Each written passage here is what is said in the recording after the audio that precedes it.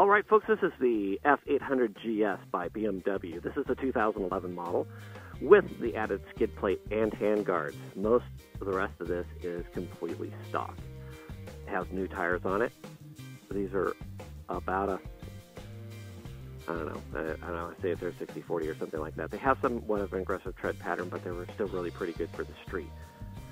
Has a pretty good windshield on it, but I'll touch on that a little bit later. Styling's beautiful. I think it's a gorgeous bike. What else can you say? I really do like this motorcycle, so you're going to find that out as we go. It's a change-driven motorcycle, not shaft drive. It has an adjustable rear suspension with a knob, so you just get off and you turn it. And really, you're only going to do that if you decide you're going to put bags on it, a passenger on it. You say, passenger, okay, I'm going to click it up a few clicks, right? See how that is. Other than that, let's see what else. I think that's about it. This also has, okay, so it's got the handguards, but it also has heated grips. I'm going to jump on here. The heated grips on this motorcycle operated, there's 3 settings. Really there's 2 settings. 3 is off, so on high, on low, and off. On high, this thing might even give you blisters that get so hot, so if you're really, really cold weather, that is awesome. It has the info computer, which just gives you more information about trips, gives you more information about the motorcycle, service indicators, things like that. It has an ABS off switch, which is fantastic. So if you're riding and you find yourself on a dirt road, you can switch the ABS off. BMW does a really interesting thing, and I'm wondering when did they fix this, and maybe they fixed it recently. This is 2011, and still the blinkers are on both sides. You have a blinker here for turning right and a blinker here for turning left, instead of just one switch. To cancel it, it's on the right-hand side.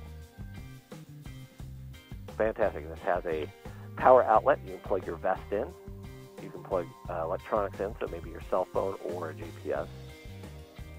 Has pretty good mirrors. It has these small ones. I kind of like the bigger ones better, but these are quote-unquote aerodynamic. Let's go ahead and start it up. It has a pretty good engine sound, I think, for a stock motorcycle with stock exhaust. And I kind of like stock exhaust. I used to like the loud ones. Now I don't as much. I like quieter exhaust because the loud ones tend to drone on and make you tired under long stretches of roadway. And I drive a long way. So this motorcycle has 9,594 miles on it. I picked this up. It had 9,006 miles on it. I put the nearly 600 miles on it from San Diego to Livermore. And I tell you, I was really impressed with the motorcycle doing that distance.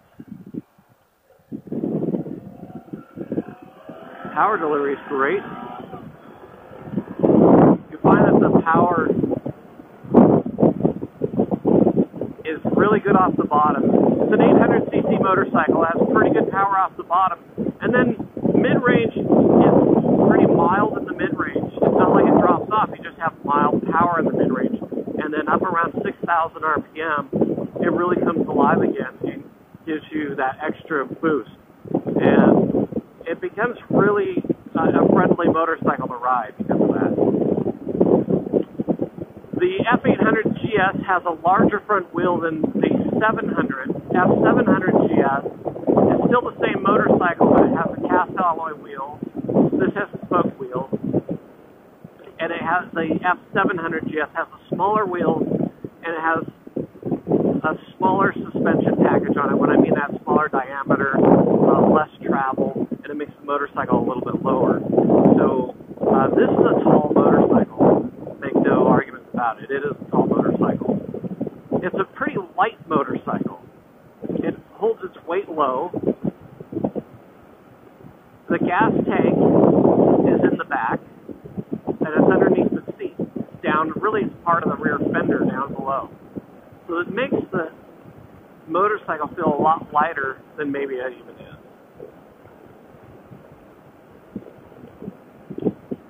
Some things I would say, again, I love this motorcycle, and we'll get to that.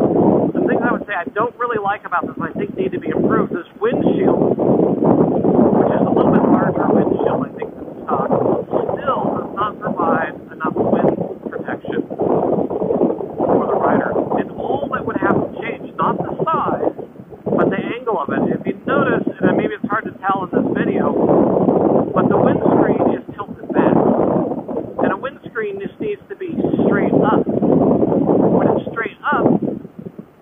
blocks the wind a little bit higher and then tips you over. I can feel where the wind starts. It's right here, it goes here, and then from the side, it's right here, and it goes right under my helmet.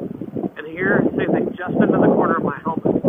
And that creates a vortex into my helmet and makes it really loud. I'm sure that the audio on this is probably just fine because it cancels out a lot of the wind noise. Okay, so that I don't really like. I'll tell you some things that people will also say they don't like as much about the 800 and the 700. So the 800 on the road would take a little bit more steering input than the 700. That's because it has a larger diameter front wheel. You'll forget about that when you own the motorcycle.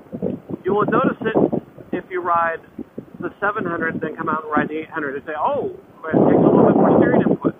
Once you've ridden it, say 10 miles, you will forget about that. You won't even know. So I just discount that completely.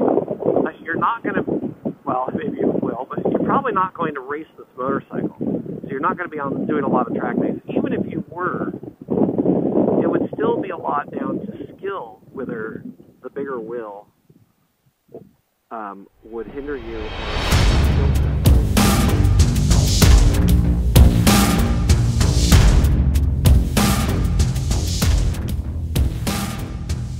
One thing I've noticed that this thing does tremendous wheelies.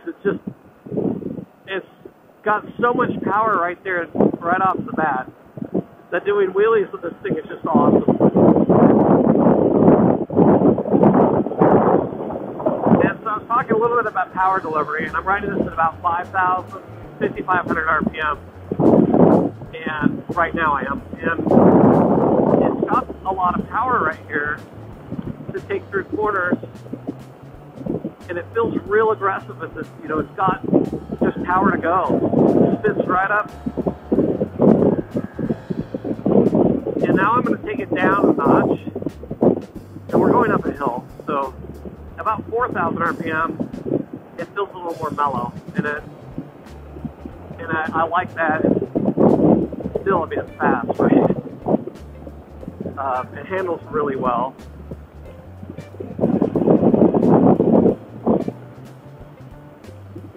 But power delivery at 4,000 RPM is a lot smoother than it is at 6,000 RPM. That's going to be pretty normal on most motorcycles. But the nice thing on this 800, you can just kind of pick where you want the power to be. Oh wow, we're already at the top. Cyclists. So, power delivery is one thing I really love about this bike. I think that you would ask yourself when you're looking to buy a motorcycle, how much power do you really need? And I will say, but this bike handles really well. The power is perfect. I rode this motorcycle from San Diego to Livermore. It's a little over 500 miles. And I will say my speed, I averaged over the national speed limit probably. I was going along with traffic. And I guess you just can't say how fast you're going. Anyways, as fast as necessary, faster than I needed to, all those kind of things. The bike handles any speed, absolutely no problem whatsoever. There's no problem with the amount of power. You go up over the grapevine, the thing just goes, you know, will go faster than any car that's out there. You don't have to worry about that. Cruising down the freeway at those numbers, it handles them just fine. You don't feel like it doesn't buzz, it's not uncomfortable as far as, you know, the engine and all that's concerned. What I will tell you is that riding this motorcycle for 500 miles at the end of that trip, I do wish I was on my motorcycle for the end of that ride, because the seat on my motorcycle is more comfortable than this one after 500 miles. The rest of the time, so 400 miles, up to about 450 miles, I was like, this is the perfect motorcycle. I want one. I still want one, but that's a weird looking motorcycle. regret saying things. This is probably one of the best adventure motorcycles you can buy. And I've ridden a bunch of adventure motorcycles. Well, and how confidence-inspiring is the motorcycle? And there's very few bikes that are as confidence-inspiring as this motorcycle. I'm sure that one's not. I don't know what he did to that motorcycle. You know, the gas, where the clutch is, all those kind of things. Oh, how skinny it is. So your legs can grip onto the tank. That's another thing. If you're off-road, wow, it's really windy. When you're off-road, you want something to be able to grip onto on the tank. And this really helps. It's got these little vent things here that actually work really well to hold your knees in place when you're riding off-road and you're in standing position. You know, it's really windy out here, and this bike doesn't move much. I'm getting a crosswind this way, just like it here, I'll get a crosswind that way. Right there, boom, not much. So the bike at least has enough weight still to it that it doesn't blow around as much. But it doesn't feel like it's heavy enough to do that.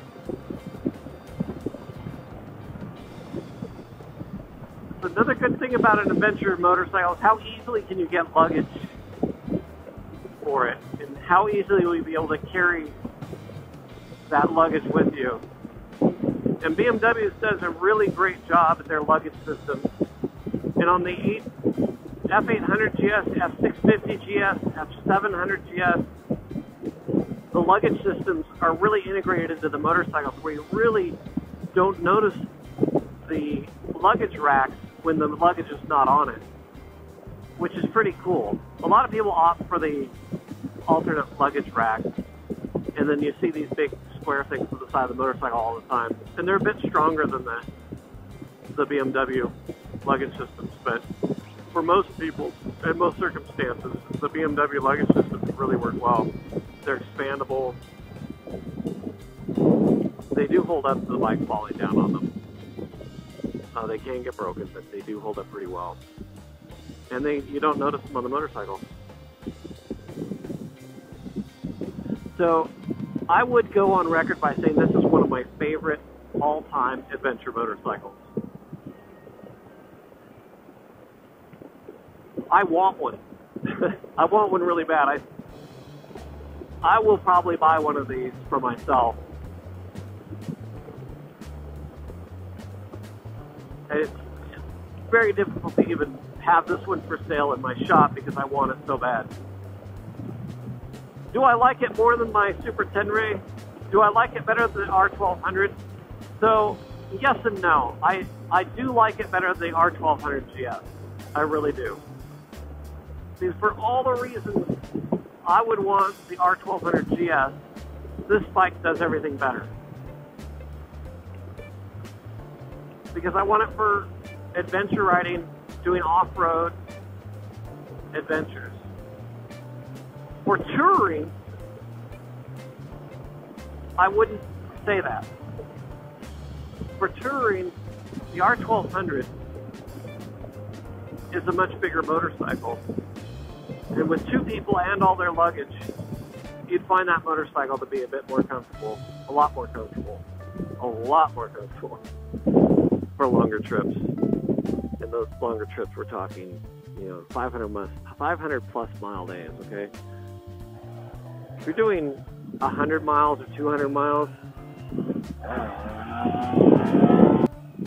if you're doing adventure rides that are a lot off-road, or you're riding around town, or you're doing that kind of thing, if you're commuting, and you're commuting in an R1200, do yourself a favor, go buy one of these. At least take it for a ride and take it on your commute. It's skinny, it's nimble, and you would love it.